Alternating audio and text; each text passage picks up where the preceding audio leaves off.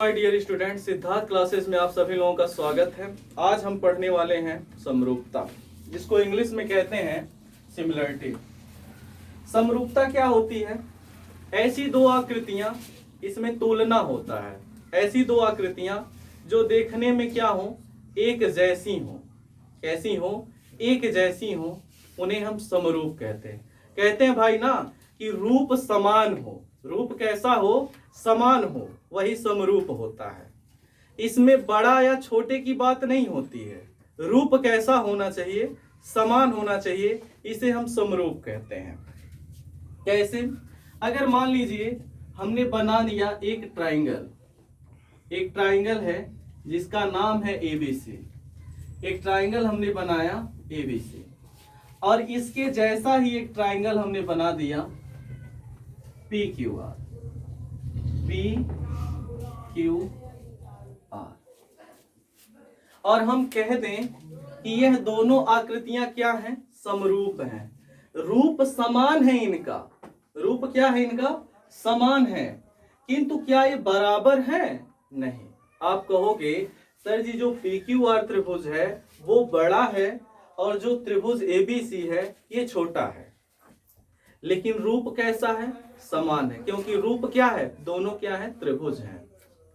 अगर अब हम कह दें कि मान लो हमने एक लाइन खींच दिया, एक लाइन खींचा जिसका नाम है AB, जिसका नाम है AB, और यहां पर एक लाइन खींच दिया जिसका नाम है PQ। PQ, आप कहोगे कि भाई ये तो देखने में AB PQ कैसी दिख रही हैं? समान दिख रही हैं। लेकिन क्या ये दोनों बराबर हैं? नहीं। ये PQ बड़ी है, AB छोटी है।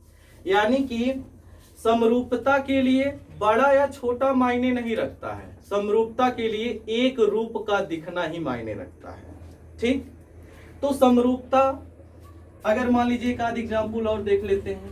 मान लीजिए हमने एक सर्किल बना दिया, इस सर्किल का नाम है O, और एक सर्किल और बना दिया जो कि इससे छोटा है, जो कि क्या है? इससे छोटा है, और इसका नाम दिए O डैश। तो हम कहेंगे ये दोनों सर्किल कैसे दिख रहे हैं? एक रूप का दिख रहे हैं, एक जैसे दिख रहे हैं, लेकिन आकृति में क्या है? आकार इनका एक बड़ा है, एक छोटा है। तो कहने का तात्पर्य है किसी भी समरूप त्रिभुज में, किसी भी समरूप त्रिभुज में यदि उनकी संगत कोण, यदि उनके संगत कोण समान हो और उनकी भुजाएं एक निश्चित अनुपात में हो, तो उन्हें हम समरूप आकृति कहते हैं। समरूपता के लिए बड़ा या छोटा होना आवश्यक नहीं है। समरूपता में आकृति एक जैसी दिखनी चाहिए, बड़ा या छोटा नहीं देखा जाता है। तो आइए हम इस पे कुछ परिभाषाओं पे चर्चा करें। समरूपता के लिए दो रूल लिखे गए हैं।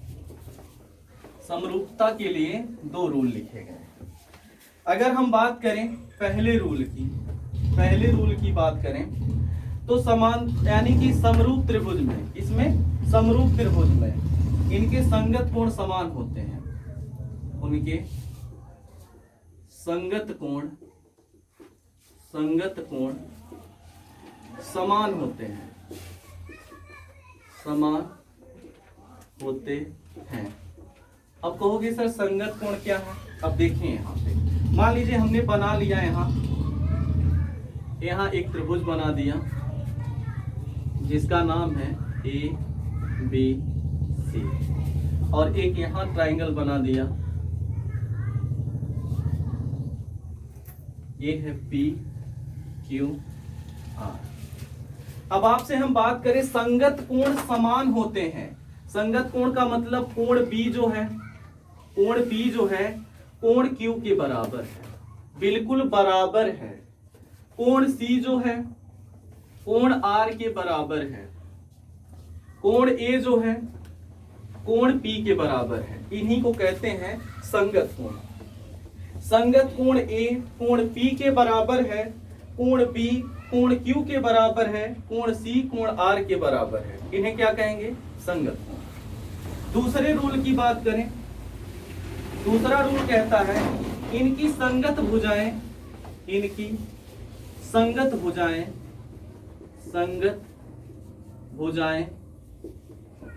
एक निश्चित अनुपात में होती हैं, एक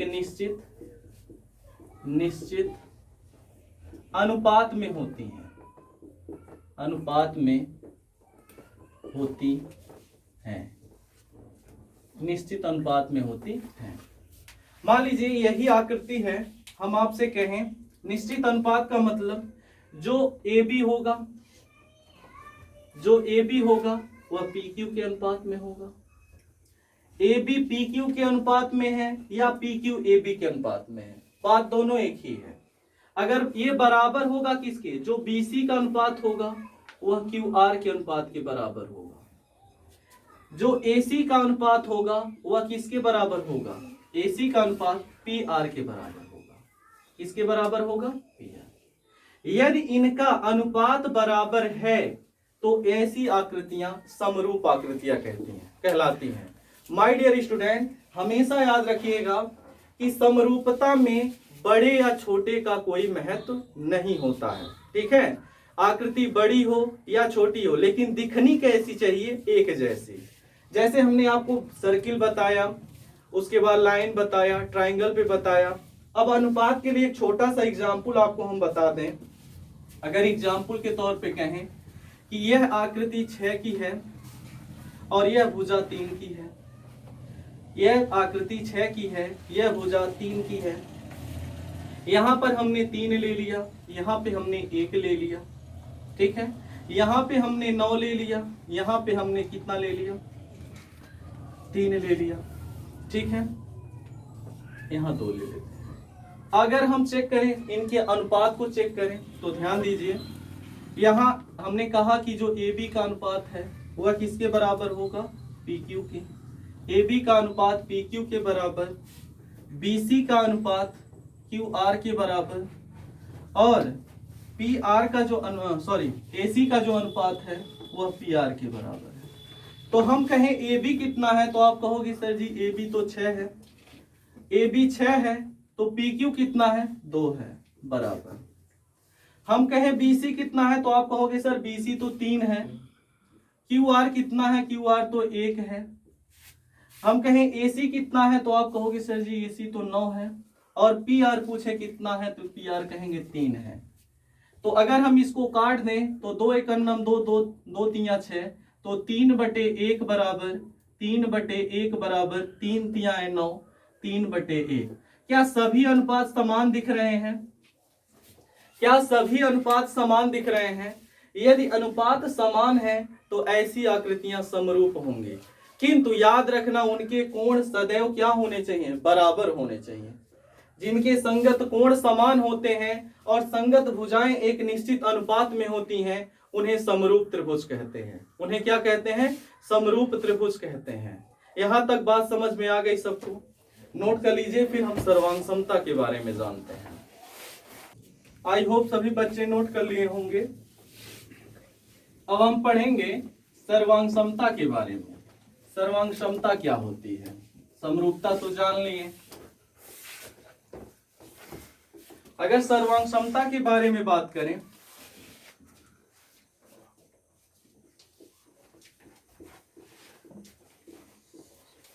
सर्वांग समता के बारे में बात करें, सर्वांग समता क्या होती है? तो सर्वांग समता का मतलब बिल्कुल एक जैसे। सर्वांग समता का मतलब बिल्कुल एक जैसे। जैसे हम कह दें कि अगर हमने कोई त्रिभुज खींच दिया कि एक त्रिभुज है, इसका नाम है ABC, और यहां पर एक त्रिभुज खींच दें PQR, तो सर्वांग समता का कंडीशन क्या कहता है कि इसके संगत कोण तो समान होने चाहिए, संगत कोण समान होने चाहिए, लेकिन संगत भुजाएं भी क्या होनी चाहिए, बिल्कुल बराबर होनी चाहिए। बिल्कुल बराबर होने का तात्पर्य क्या है बाबू, कि अगर ये 3 सेंटीमीटर है तो ये भी 3 सेंटीमीटर हो, ये 5 सेंटीमीटर है तो ये भी 5 सेंटीमीटर हो, और यह 4 सेंटीमीटर है तो ये भी 4 सेंटीमीटर हो। सर्वांग समता ये कहती है कि इसके संगत कोण तो बिल्कुल समान होने चाहिए, लेकिन संगत जो भुजाएं हो ना, वो भी बिल्कुल बराबर होनी चाहिए। जैसे भुजा AB भुजा PQ के बराबर हो, भुजा BC भुजा QR के बराबर हो, और भुजा AC भुजा PR के बराबर हो। लेकिन अभी जस्ट हमने जब समरूपता पढ़ा तो उसमें एक कंडीशन नहीं था। समरूपता में क्या था कि संगत भुजाएं तो बिल्कुल समान होनी चाहिए, लेकिन संगत कोण तो बिल्कुल समान होने चाहिए, लेकिन जो संगत भुजाएं हैं वह निश्चित अनुपात में होनी चाहिए। यहां तक किसी बच्चे को कोई दिक्कत? अगर हम बात करें इसके सर्वांग समता के बारे में कि अगर हम कह दें, मान लो कोई लाइन खींच दिए, इस लाइन को मान लो यह लाइन AB है, यह लाइन AB है, यह लाइन CD है, दो लाइन हमने खींच दिया, एक लाइन AB है, एक लाइन CD है। सर्वांगसम आप कब कहोगे?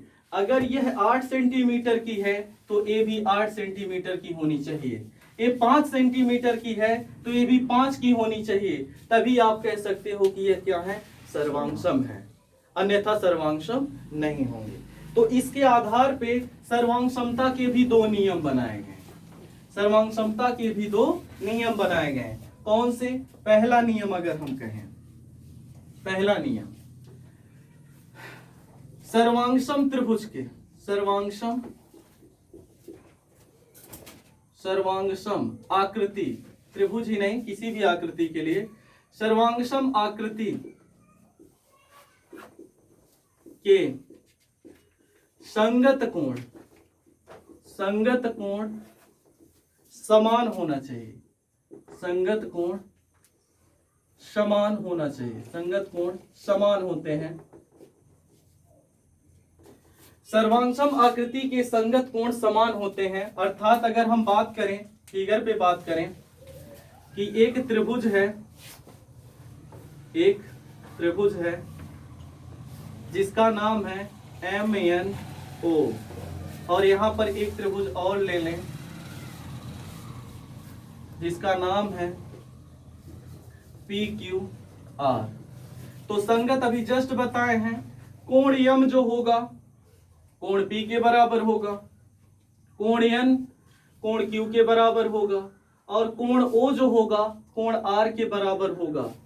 यहां हमने बताया कि संगत कोण क्या होते हैं? बिल्कुल बराबर होते हैं, अर्थात कोण M इक्वल टू कोण P, कोण N इक्वल टू कोण Q, कोण O इक्वल टू कोण R।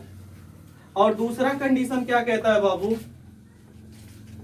संगत कोण समान होते हैं और इनकी जो भुजाएं हों, संगत भुजाएं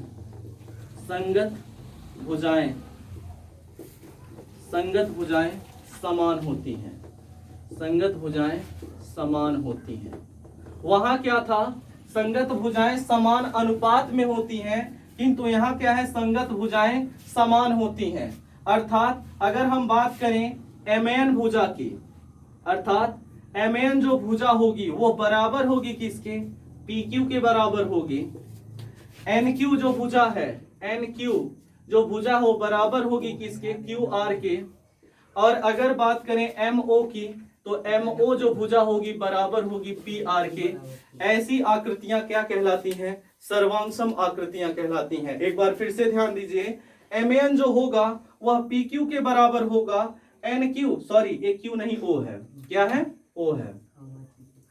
NO जो होगा वह QR के बराबर होगा, और MO जो होगा वह PR के बराबर होगा। ठीक है, एक छोटा सा एग्जाम्पल लेके हम समझा देते हैं। मान लेते हैं इसी में बता दें कि MN जो है मान लेते हैं 5 की है, 5 सेंटीमीटर की है, तो PQ कितना होना चाहिए? 5 सेंटीमीटर ही होना चाहिए। अगर NO की बात करें कि यह 7 सेंटीमीटर है, तो QR भी कितना होना चाहिए? 7 सेंटीमीटर का होना चाहिए। यदि हम कह दें MO 6 सेंटीमीटर की है, तो PR भी कितना होना चाहिए? 6 सेंटीमीटर ही होना चाहिए। यही कहने का तात्पर्य है। ऐसी आकृतियां जिनके संगत कोण समान होते हैं और संगत भुजाएं भी समान होती हैं, उन्हें सर्वांगसम त्रिभुज कहते हैं। और जिनके संगत कोण समान होते हैं और संगत भुजाएं एक निश्चित अनुपात में होती हैं, उन्हें समरूप त्रिभुज कहते हैं या समरूप आकृतियां कहते हैं। यहां तक किसी बच्चे को कोई दिक्कत? नोट कर लीजिए।